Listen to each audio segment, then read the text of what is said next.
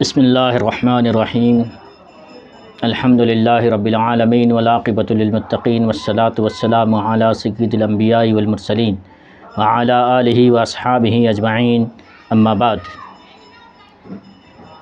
فوائد الفواد ملفوظات سلطان المشائخ نظام الدین اولیاء محبوب الہی رحمۃ اللہ تعالی علیہ پڑھنے کی سعادت حاصل کر رہے ہیں۔ آج دوسری جلد سے چھٹی مجلس پڑھنے کی سعادت حاصل کریں گے۔ حضرت خواجہ امیر حسن اعلیٰ سجزی رحمۃ اللہ تعالی علیہ دوسری جلد چھٹی مجلس میں فرماتے ہیں، اسی سال محرم کی 25ویں تاریخ بدھ کو قدم بوسی کی سعادت حاصل ہوئی۔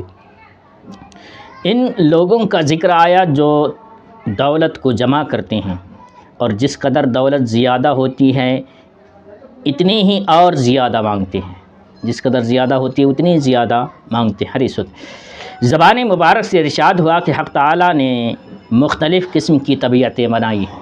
اللہ تعالیٰ نے مختلف قسم کی طبیعتیں بنائی ہیں۔ مثلاً کسی آدمی کو 10 درہم ہی کافی ہوتے ہیں، کسی کو 10 درہم ہی کافی ہوتے ہیں، اور ان میں اضافہ ہوتا ہے تو جب تک خرچ نہ کریں اسے چین ہی نہیں آتا ہے۔ جب اضافہ ہوتا ہے تو جب تک ان کو خرچ نہیں کرتے تب تک ان کو چین نہیں ہوتا۔ اور کسی شخص کو ایسا بنایا جاتا ہے کہ جتنی بھی زیادہ ہوتی ہے اتنی ہی ہوس بڑھتی ہے، جتنی زیادہ ہوتے ہیں اتنی زیادہ اس میں ہوس لالچ اس کی بڑھتی ہے۔ اور یہ بات اس کی اپنی نہیں ہوتی، ازلی قسمت کی ہوتی ہے۔ اس کی اپنی نہیں بلکہ ازلی قسمت کی ہوتی ہے۔ اس کے بعد فرمایا کہ سونے چاندی کی راحت خرچ کرنے میں ہے۔ سونے چاندی کی راحت کیا ہے؟ اس کے خرچ کرنے میں ہے۔ یعنی آدمی کو کسی چیز سے راحت نہیں مل سکتی جب تک روپیہ خرچ نہ کرے۔ آدمی کو اس وقت راحت نہیں ملتی جب تک وہ خرچ نہ کرے۔ مثلاً اگر وہ چاہتا ہے کہ عمدہ لباس پہنے یا اسے اچھے کھانے کی آرزو ہو یا اس طرح کی کوئی اور تمنا ہو، جب تک روپیہ خرچ نہیں کرتا اس کی خواہش پوری نہیں ہوتی۔ پس معلوم ہوا کہ سونے چاندی سے اگر راحت حاصل ہو سکتی ہے تو ان کے جانے سے ہو سکتی ہے۔ سونے چاندی سے اگر راحت حاصل ہوتی ہے تو ان کے جانے سے ہوتی ہے، ان کو خرچ کرنے سے ہوتی ہے۔ اس کے بعد فرمایا کہ سونے چاندی کے جمع کرنے کا مقصد یہ ہونا چاہیے کہ ان سے دوسروں کو فائدہ پہنچے۔ اگر جمع کرنے کی خواہش بھی ہے تو یہ مقصد ہونا چاہیے کہ اس سے دوسروں کا فائدہ کر سکیں۔ اسی درمیان فرمایا کہ میرا دل خود شروع ہی سے کچھ جمع کرنے کی طرف راغب نہیں تھا، یعنی خود جمع کرنے کی طرف میرے دل میں رغبت نہیں تھی، اور طلب دنیا کا مجھے قطعاً خیال نہیں تھا، دنیا طلب کرنے کا مجھے قطعاً خیال نہیں تھا۔ اس کے بعد جب شیخ الاسلام فرید الدین قدس اللہ سرہ العزیز سے مرید ہوا تو پیوند بھی ایسی جگہ ہوا کہ ان کی نظروں میں دونوں جہاں نہ جچتے تھے۔ ترک دنیا مطلق تھا، یعنی میرا دنیا کی طرف بالکل خیال ہی نہیں تھا۔ جب شیخ الاسلام سے مرید ہوا تو مرید بھی ہوا تو مجھے شیخ ایسے ملے، ایسی شخصیت سے میں مرید ہوا کہ ان کی نظروں میں دونوں جہاں نہیں جچتے تھے۔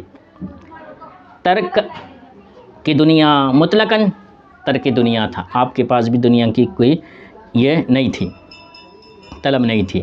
اس کے بعد فرمایا کہ اس سے پہلے مجھے روزی کی کچھ تنگی تھی مگر خوشی سے گزران ہوتی تھی۔ روزی کی کچھ تنگی تھی پھر بھی گزران اچھی ہوتی تھی۔ ایک روز کوئی شخص میرے پاس نا وقت آدھا سکہ لے کر آیا۔ میں نے کہا کہ آج تو دیر ہو گئی ہے اور جو کچھ ضرورتیں تھیں وہ پوری ہو چکی ہیں، اس کو کل خرچ کروں گا۔ ایک شخص آیا بطور نذرانہ آپ کو جو ہے آدھا تن کا سکہ دیا۔ سکہ دے کر آپ نے کہا کہ آج تو اس کی ضرورت نہیں ہے، جو کچھ آج کی ضرورتیں تھیں اسے پوری ہو گئی، اس کو کل خرچ میں لاتا ہوں۔